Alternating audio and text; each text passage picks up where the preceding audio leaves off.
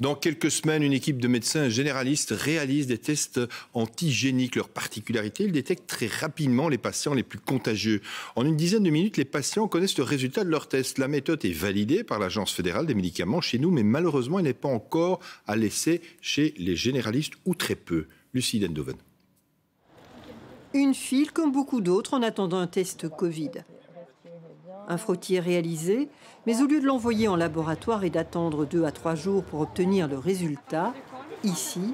Vous allez avoir les résultats d'ici 5 à 10 minutes et si les symptômes sont récents, les résultats apparaîtront plus rapidement. C'est que l'analyse se fait sur place à l'aide de cette plaque.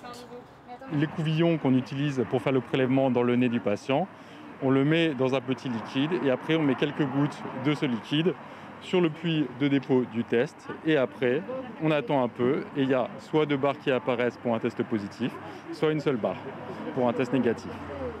C'est comme un test de grossesse, mais ici il détecte l'antigène du virus et donc sa présence dans notre corps. Elliot avait mal à la tête et mal au ventre depuis quelques jours. Il sait désormais qu'il est positif.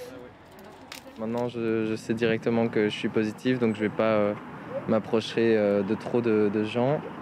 Je vais rentrer directement chez moi, j'habite pas loin et je vais respecter ce qu'on me dit de faire. Pour les médecins généralistes, ce test est très prometteur.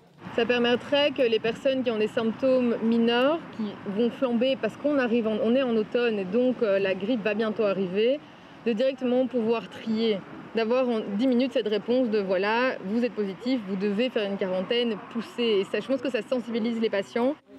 L'Agence fédérale des médicaments a validé les tests antigéniques, mais ils sont toujours en phase expérimentale auprès des médecins généralistes. Le plus important, c'est de dire au patient qu'il est positif, mais aussi de pouvoir prévenir Sciences Sanofi qu'il y a un nouveau cas positif et lancer les évaluations, les investigations pour faire le contact tracing.